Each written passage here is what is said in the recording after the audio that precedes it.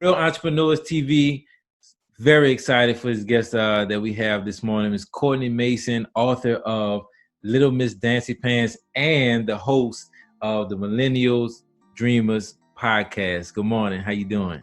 Good morning. I'm doing fantastic. Really excited to be on with you today. Yeah, definitely. Well, thank you for your time. I know that this is a very interesting time right now with the COVID-19 challenge. So tell us a little bit about what it is that you do and the Little Miss Dancy Pants book series.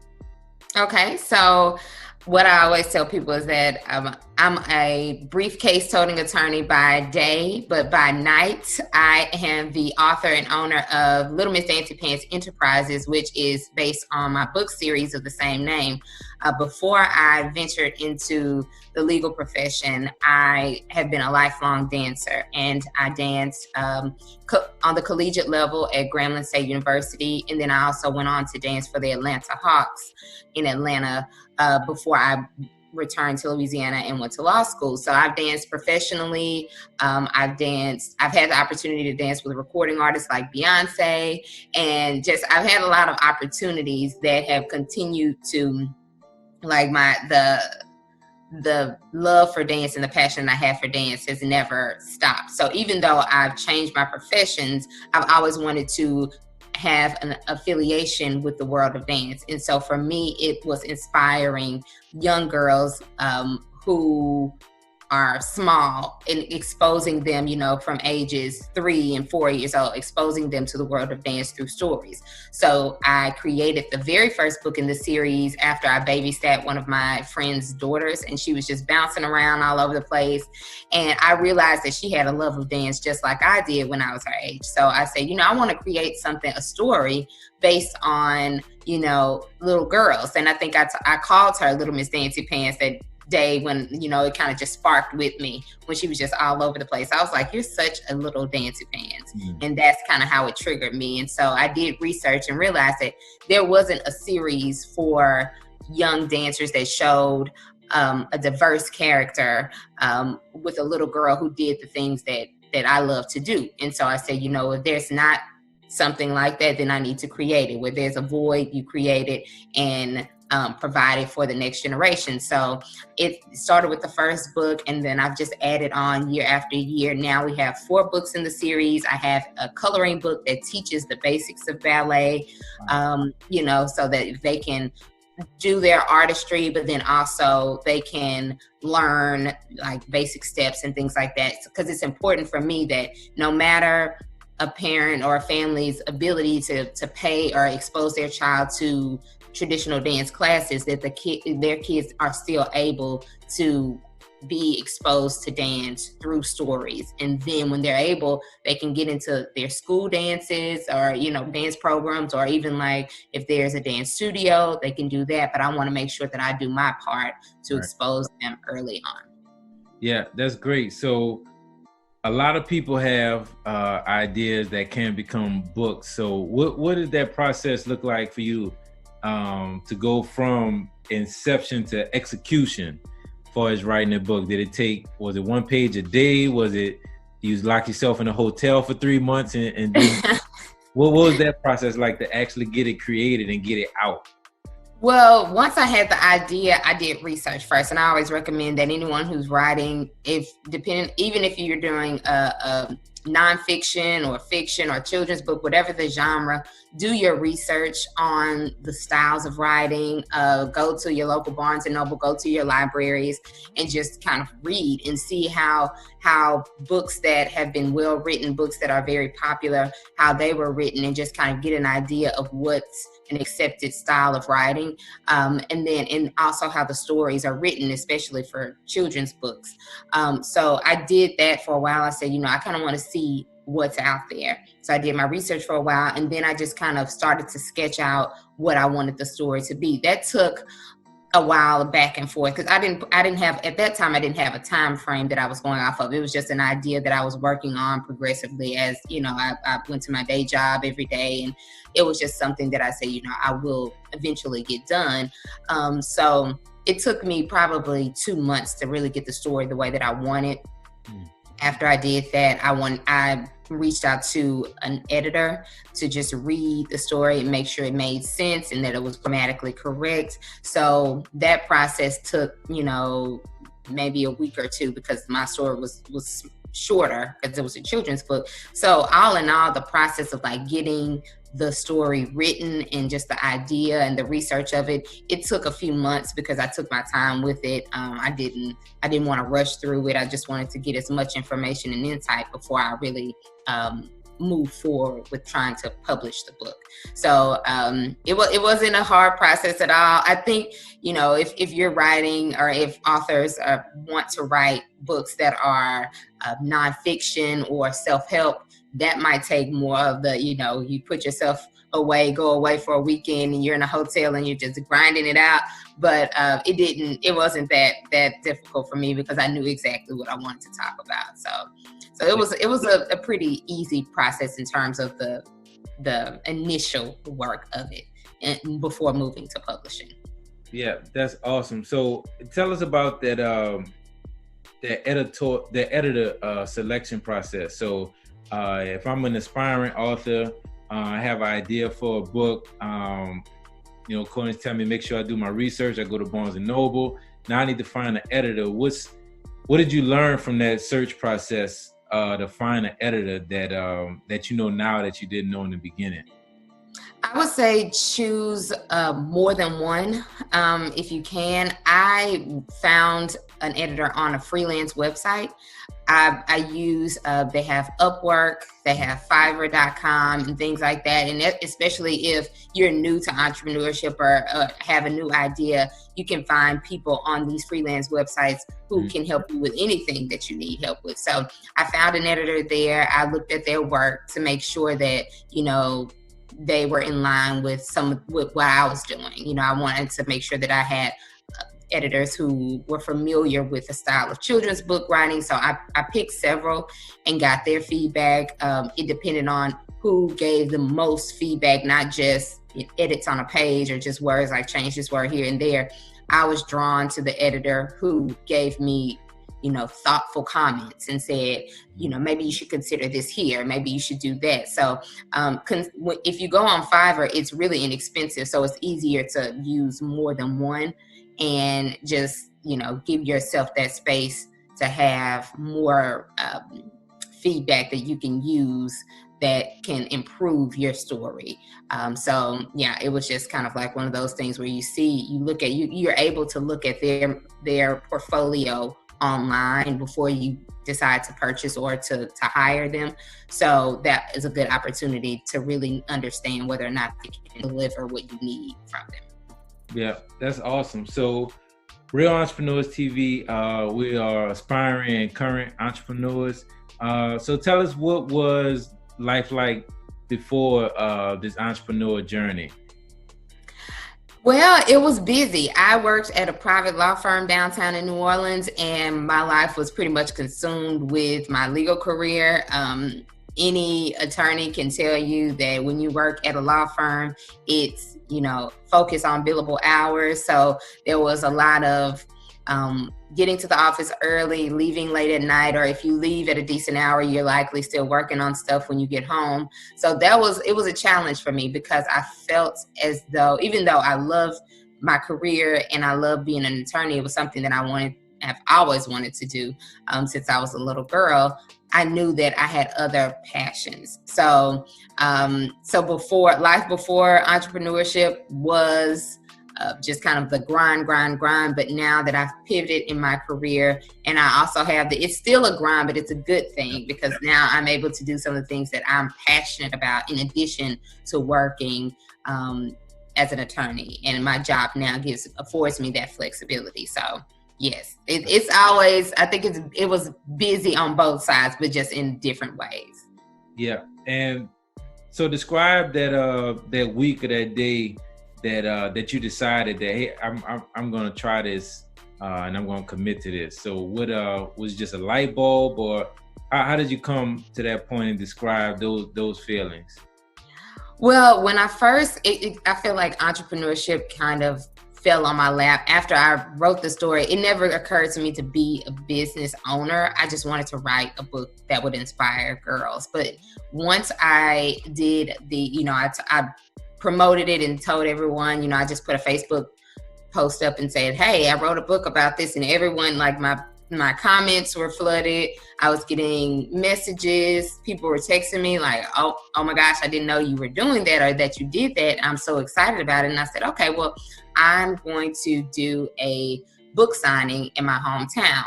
So I set that up at a dance studio. A friend of mine had a dance studio, and we set that up, and it was just like a big thing. It was a line wrapped around where people were coming in buying. And at the very end, one lady said, okay, so we have the first book, we need dolls, we need clothing, we need this and that. And I just was thinking, wait, this is the first book signing. But then that was my light bulb moment, that this is not just one story. This is something that children need. Parents want it for their kids. So this can be a business for you, because they not only want just books, but parents and children are going to want more related to this character. And so from there, I started to think, even after that first book signing, I started to think more of like, how can I make this a business, or look at it as a business as opposed to just a one-off story. And from there, it's been great. Like, I've just kind of learned as I go, because once you decide, it's not like once you decide to become an entrepreneur, all the things that you need to know. It's a growing pains, and you have to go through. You're going to bump your head a couple of times. You're going to, spend a lot of money maybe sometimes when you didn't have to, but all of it helps you when you get further along, where you can make money and, grow your business in the proper way. So it's been a journey, but it's one that I don't regret going down at all. Absolutely. So knowing what you know now, so what would you tell the Kourtni back then? I would tell her, give yourself grace. I'm someone who, I'm really hard on myself in terms of if something doesn't immediately click for me, I can, I'm really hard on myself, as opposed to saying, okay, what can you learn from this? So I would tell her, give yourself grace. You're learning just like everything else that you learn. You didn't go to law school the first year and know everything that you need to know to become an attorney. So it's just a process.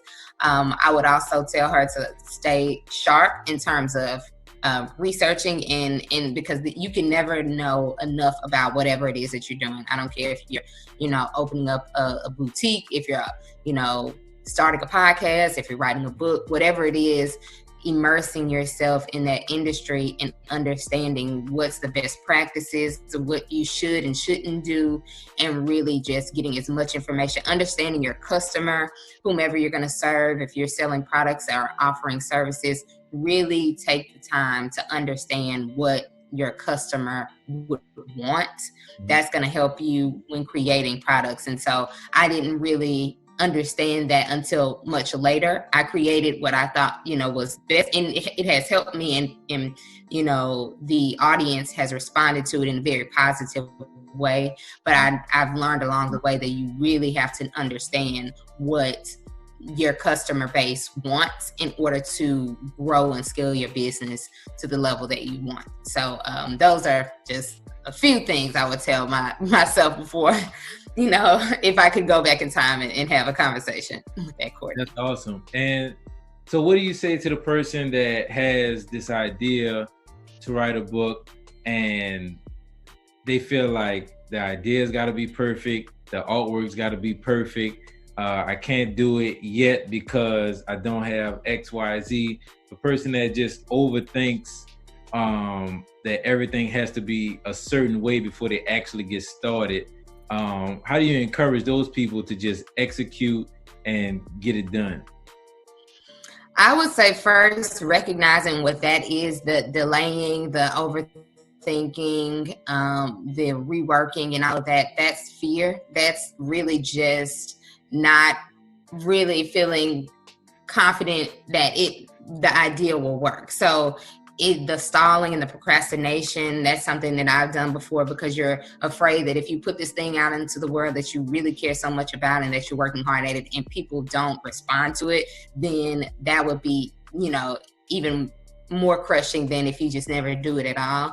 So I think a lot of times, that fear kind of stifles and makes aspiring entrepreneurs or authors or anyone who wants to do something, it makes you kind of like say, well, okay, I can't put it out until I get this absolutely perfect. But the thing of it is, no one needs perfection. Perfection will paralyze your progress. I say all the time. It's like perfection stops you from getting the thing out into the world. So no one's going to notice if you put something out and then eventually you make a tweak here and there. They're not going to notice that your font changed. They're not going to notice that you did a little something here. You know those things because you want it to be right. But know that the customer, the person or people that you're serving, they just want what you have. They need what you have. Whatever you're offering, they're going to need that story. They're going to need that product. So just move forward with it. Like, put the fear behind you. Like, just tell yourself that whatever I do, as long as I've done it to the best of my ability, it's great enough, not even good enough. It's great enough. And if I get some feedback that says I need to change this or tweak something here and there, I'll do that. But I've still made the steps in the right direction. So do it scared, do it before you're ready to start. You make the steps, even when you're not sure. Because what you'll find is that you'll get more positive feedback and knowledge from just getting it done, as opposed to, going down your rabbit hole and telling yourself all these other different things that won't help you get any closer to your dreams. Yeah, absolutely. And I know that can be doing something that inspires you personally, that can be kind of personal. So what was the situation like when before you actually wrote the book, but you were telling people about it? Were they supporting your idea? Were there more naysayers that told you not to do it? What was that experience like when you first thought about doing it and before you actually wrote the book? With support, I put it to you that way. How was your support system? Well, for me, ironically, one of my very close friends told me I really didn't share that I was working on it that much. I may have mentioned it here and there, but to different close friends, but I didn't just give a full on, like, this is what I'm doing type of thing, because it was personal to me, and it was something that I wanted to do right. So I did the research and I was working on it and all of that. And my friend told me, once I announced it on Facebook, he's like, I remember you saying one day that you were thinking about writing a book, and now the book is here. Like, how did that happen? Like, you just kind of like did it. And I was like, yeah, for me, it's easier for me to get the work done as opposed to telling everyone what I'm doing, because I don't want the outside influences. Like, if it fails, if it flops, then it needs to be something that I can deal with on my own. And I've always kind of been like that. I want to take my losses kind of in private a little bit before doing that. But for the friends that I did tell, they were really excited because they know that dance is my greatest passion. So they're like, this is perfect, because first of all, there's a need for it. There's not a book out there. There may have been a few, maybe like 3 or 4, but they're really older books that really spoke to dance, that had a character of color. One being Debbie Allen's book. I believe it's Shining in the Stars or something like that. She has a book out that she wrote many years ago, and that was the only one that I could find. So it was a need for it. So my friends and family that I did even just briefly mention it to, they were very supportive, because they know that, this is something that's necessary. And then it's also something that if I say I'm going to do it, then I'm likely going to. So I have a pretty awesome support system. But, in anything, there might be people who are going to talk negatively about it. So if you know your circle and because even well-meaning family members they want to protect you. So they may say something like, oh, well, that's not going to work, or might, say something to you that really kind of dampens your excitement about it. So in order to counterbalance that, do as much work as possible ahead of time on the stuff, researching and working on it before you let people know. So then when you do share it, they might say, oh, that's not going to work. And it's like, oh, well, I've already completed it, or I've already gotten like 90, 75%. So I'm just going to go with it and I'll see how it goes. And then that way you feel more confident when you've done the groundwork before telling everyone. Yeah, absolutely. So how did you juggle that creative process and still work at the same time? Because those are two totally different worlds, to write, children's story and then be a hard attorney in daytime. So yeah, it was a lot of after hours and weekend work. When you have a desire to do anything, you have to find the time and fit it in with your schedule. So there were some days where I couldn't do it because, work on it because of work. There was just like deadlines and different things that were pressing. But any downtime that I had where, I could possibly watch television or just kind of like relax, I was using that time to focus on it. And then on weekends, on Saturdays, I would, wake up. My thing, even from when I was in law school, I would go to coffee shops and just kind of like go there early in the day and then just get my coffee, get something to eat, and just stay and work on stuff. So that was a lot of the time, weekends and in the evenings after hours. That's when I kind of put in a lot of the work. Yeah, that's good. So for that aspiring author or the person that's trying to get to their next book that isn't as fortunate to have that support system, and they're surrounded by those naysayers or the negative comments, because what inspires them, what they wrote about, isn't popular. What's your advice to them? I would say, there are people who can, if you don't have a support system, you can always find people who can confirm whether or not you're on the right track with your work. Something that I've done is that I mentioned Fiverr before, and there are gigs on there with people who are called beta readers, and they can read your work and give you that, positive feedback. Even if folks who are in your everyday life don't understand and can't support you in that way, you can find someone who can, solidify that your story is valid. Like they've read, whether you're writing sci-fi or you're writing comic book or you write whatever it is, whatever the genre is, there's someone out there that can read it for you and say, hey, this is a great story. The storyline is how it should be.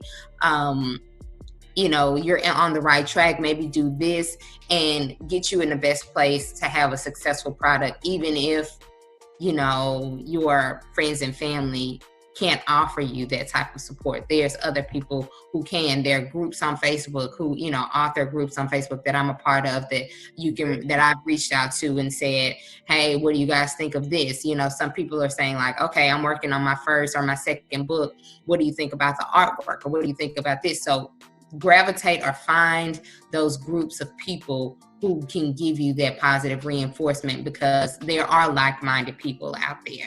You just have to look for it and see. So look on Facebook, look on, some people use Reddit. I'm not that well versed on Reddit, but there are groups on there that can help you. You can look on Pinterest. You can, just find those pockets of folks who do what you do or who are interested in what you're doing, who can give you that positive reinforcement that you need when it's not coming from the folks that you interact with daily. Okay. And what is unique about the series? Well, this series, it follows a little girl who she has a natural ability to dance, and it's not until her mom recognizes and exposes her to dance. So we follow her journey of learning all different styles of dance. So she's introduced to dance in the very first book, but as it progresses, she goes to dance camp. In the second book, she learns tap dance in the third storybook, and she's gonna learn, all different styles. She's introduced to Misty Copeland in the second book, which is a prima ballerina. Now, one of the she's not the first, but she is a Black ballerina in New York at the American Ballet Theater. I don't want to misquote. She's a very prominent ballerina. And so I wanted to make sure that the story exposes little girls to various facets of dance as it goes along. So you'll see her being introduced to different cultural styles of dance and things of that nature. And then with the activity books, then they get to learn basics and just all the different things that you would learn in a traditional classroom setting. So it makes it's nothing out there like that now for little girls of color specifically, where they get to see themselves in the stories that they read and identify with a love for dance if they have that passion. So that's what separates it. That's phenomenal. And what is a misunderstanding of like the positive impact that dance does to people that participate in it? Because from the outside looking in, it just seems like exercise, but it seems like there is a emotional and a psychological and inspirational aspect of it. And is it an art or a sport? It's an art. It can be art and a sport, but it's more of artistic. We look at it as a form of art, for sure. What's the benefits of it from your experience for doing it for so many years that people normally overlook? Well, it's a form of self-expression specifically.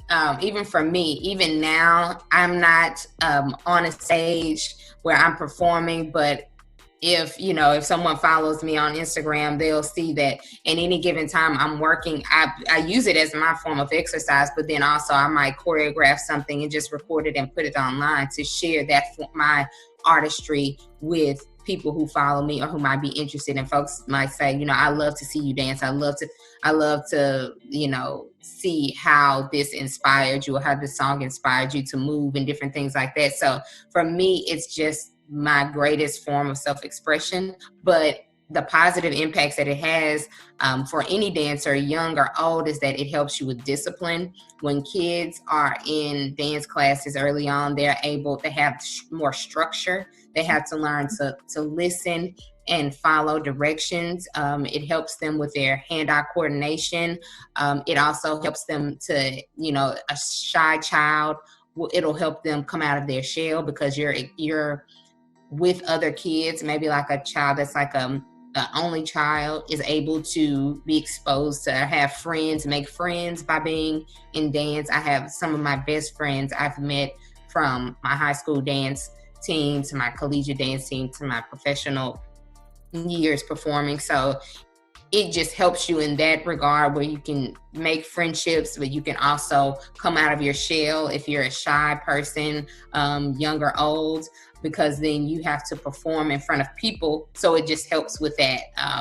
And it's something that there's so many positives to it that I would always tell parents, just put your child in dance to see how they would, or just at least show them now. It's great that parents have the ability to put on the television and have a class where kids can see while they're in their home how they're responding to it. So you can see if they are opening up, if they're just kind of reserved, if they just shine bright once the music is playing, then that lets you know that this might be an avenue for them to gain confidence. So those are a lot of the positives. In the middle of the stay at home, so my son just walked in. So that's great. And do you recommend dance for boys as well? I know this is targeted to girls, but from your experience, have you seen that impact with males as well? Yes, and I want that misconception, and the character is a girl, so it's written from her perspective and vantage point as she learns. But if you read all of the books, I'm very intentional about adding boys to the class. So even in the first, all of the books you will see in the coloring book, there are boys within it because it's not a gender specific for art expression. That's something that we should dismantle, is that, boys can't dance.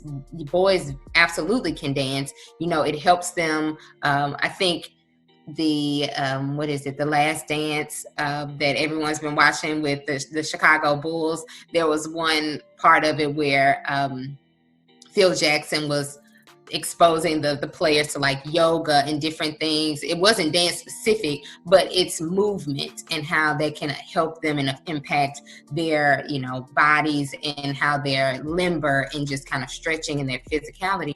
It can help dance, and that art form can help in different ways. So I'm absolutely, I've had parents that have said, okay, well, I need you to write a Mr. Dancy Pants, like, you know, or at least have her have a friend that, you know, because my son loves dance. There's different styles. Ballet is also a form of a way to dance for guys where it's masculine. Also, you have different styles like hip hop, you have African dance. There's so many different things or facets of dance that any child, any gender will benefit from. All right, thank you. Yeah, I appreciate that, Kourtni. So you're not only an author, but you also have your Millennials Dreamers podcast. Tell us about that.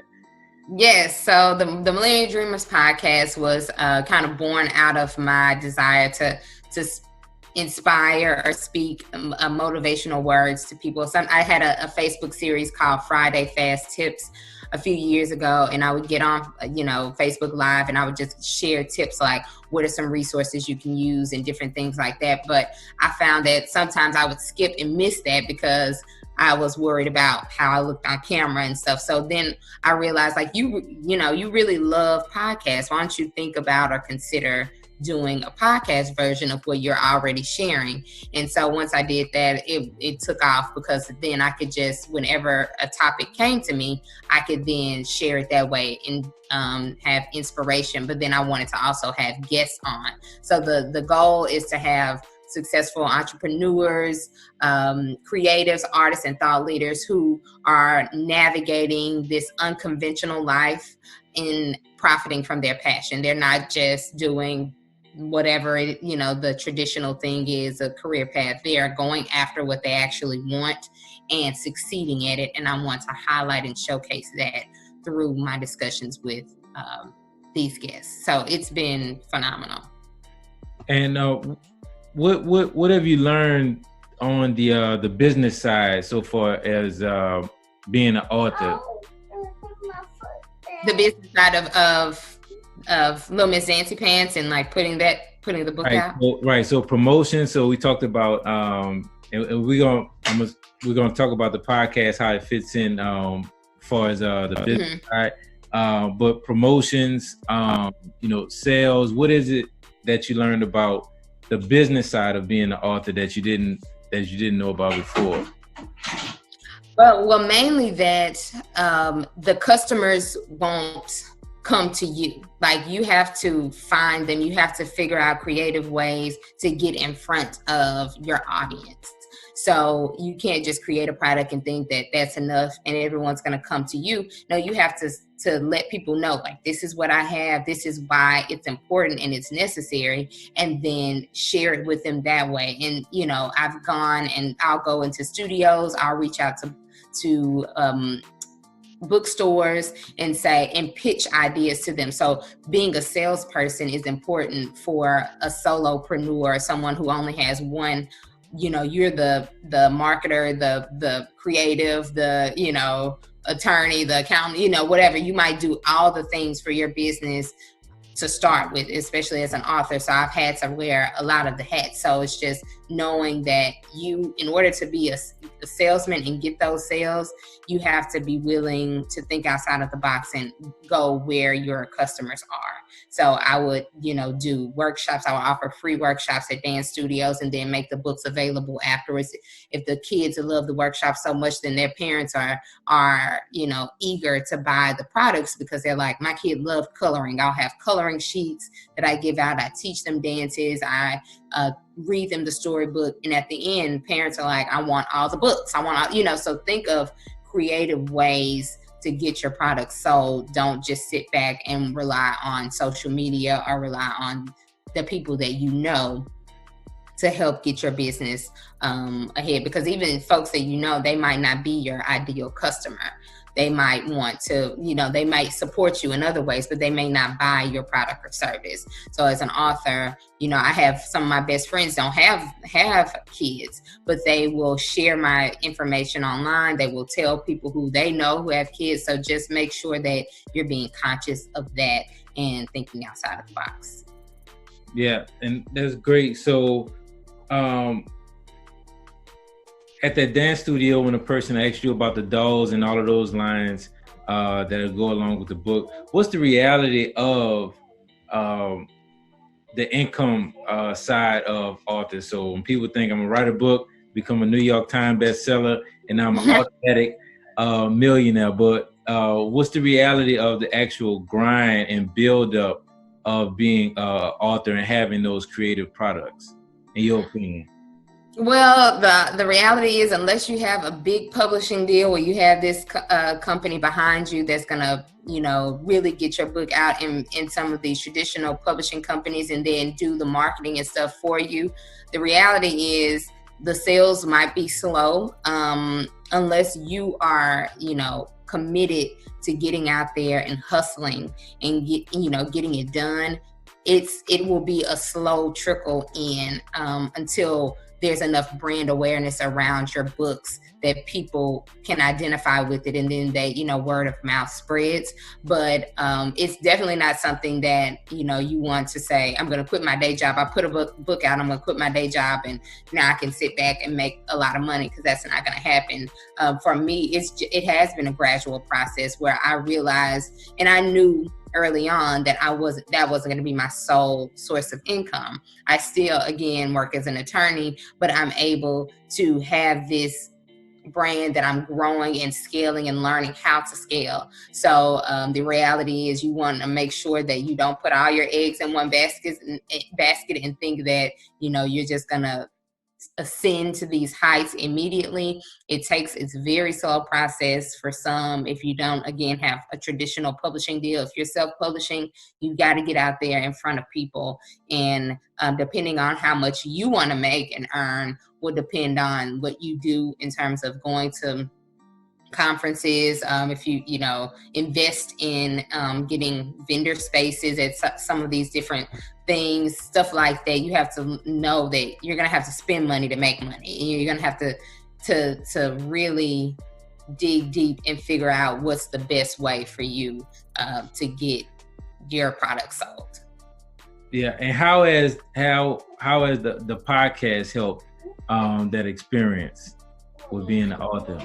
It's helped tremendously because I'm able to promote on there. Podcasts are a tremendous opportunity to promote your products and services for the host, but then also for the guests. If they come on and they can talk about their products and services, it helps in that way. But for me, when I did my latest release, Little Miss Dancy Pants Takes Tap, I could get on and say, my several episodes were sponsored by my brand, and I can tell people, this is coming out, on this day, this will be released. And it ended up debuting as a #1 children's book on Amazon. And so, like, new release book on Amazon. And it was just really from promoting via the channels that I have, but then also on my podcast as well. So it definitely can help you in that way, where you're able to use your podcast as a means of marketing your products and services. Yeah, congratulations on that. I didn't. Thank you. I didn't know that. So it seems like you're in creative mode. You have the book. Tell us about starting that podcast. Was it the same methodology of research and finding a publisher, or what was your train of thought to starting the podcast? It was just mainly wanting to continue inspiring and sharing things that I've learned, because again, it's a process for me. As I'm learning, I want to tell people about, like, hey, did you hear about this such and such, this online program that some companies offering for free, that you can learn this skill that's going to help you with it. So I wanted to make sure that I'm sharing even like tips on negotiating, like how someone who might not have started their business yet, or they're working within a company setting, what's some tips on negotiating? How can they really just set themselves apart. So to start, it was an easier process because I started on a platform called Anchor, which kind of helps you just record from your phone. Like it's as simple as putting your phone up as if you're talking, and you just talking and sharing whatever it is that you want, and it records it for you. So it really makes the process of podcasting much easier. So that's how I started. And then as I started my research, then I ventured on to different platforms that I use now to record and edit.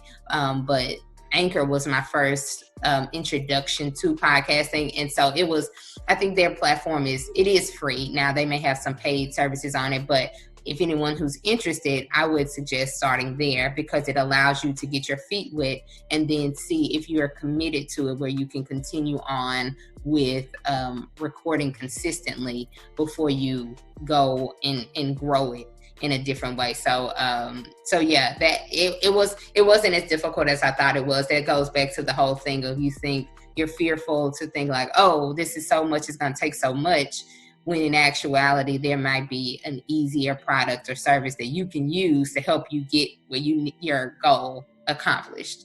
And that was the case for me. And so what's the gap between where you are now and where you want to be, and how can we help? I think it's just mainly helping to doing things like this, interviewing with other like-minded individuals, and your platform is an awesome opportunity for that, to then share what I'm doing with the book series and then also with the podcast with more audience. When we're able to cross-promote and talk about the different things that we're doing, that helps tremendously in growing the business, because then I'm able to speak to your listeners who might be interested in learning about different entrepreneurial nuggets and tidbits, but then they might also say, I have a son or daughter who's interested in dance, or I have a niece or nephew who I want to expose them to dance so they can get the product. So that helps me, just being on your platform and sharing with your audience. That definitely is a step for me that I definitely appreciate. Okay, and we are happy to have you, and I think this is a good time for us to go into the fire round. These are the two questions that we ask every guest that come on. So you ready? I think so. All right.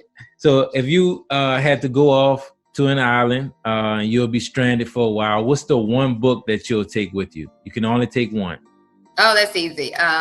The Alchemist by Paulo Coelho. I can never say his name. Why? Yeah, The Alchemist. That was the one book that, and I know I should have probably said the Bible, but I'm just going to keep the Bible in my heart. But I've read it enough where, I mean, it lives with me. But The Alchemist was the one book that I read while I was still in private practice that sparked that inspiration for me to step out and start doing some of the things that I are looking for ways to be creative again. Because I was just focused on my legal career, but I was feeling so, just drained by it. So The Alchemist was like the catalyst for me to get back to that creative space. I recommend that to anyone who is not feeling like they're on the right path for whatever journey they think they should be on, or they're not feeling fulfilled in their current career, or just in life in general. They are missing that fulfillment. The Alchemist, I would definitely recommend that you get that book. Yeah, what is it about that book that makes it so popular and an easy read? Is it how it's written? What is it about it? I hear about it a lot.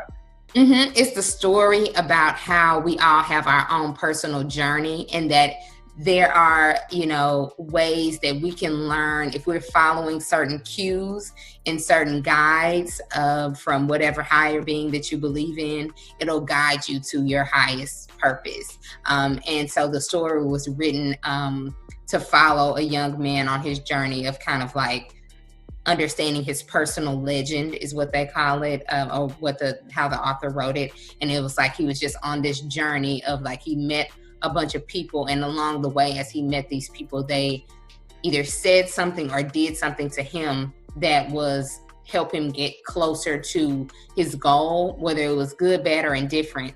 Not all the things were good. He had some obstacles along the way, but all of it worked together to get him to his ultimate goal of where he believed he should be. And that's kind of like a metaphor for life. Like, as we go along, if we pay attention to the folks that we encounter, if we learn from the different mistakes and the good things and, you know, all those things, it'll help us get closer and closer to our goals. So that's why it's really popular, because a lot of people that read it, it resonates with them, just kind of the way it's written. Okay, all right, I'll be sure to check it out. I always hear about it. I watched the reviews, like the book summary on YouTube a few times.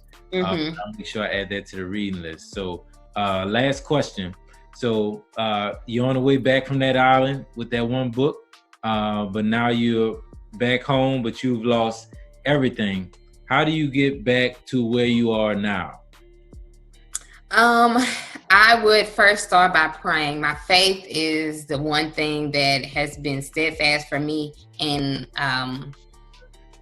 in my life, when I've had moments where I was like challenged and not really sure which way to turn, it's like turning inwardly and praying and asking God to reveal whatever it is that I'm supposed to learn. And then understanding that I've been able to come out of any challenge, you know, because of my faith, but then also remembering the skills and the talents that I have and how can I use those to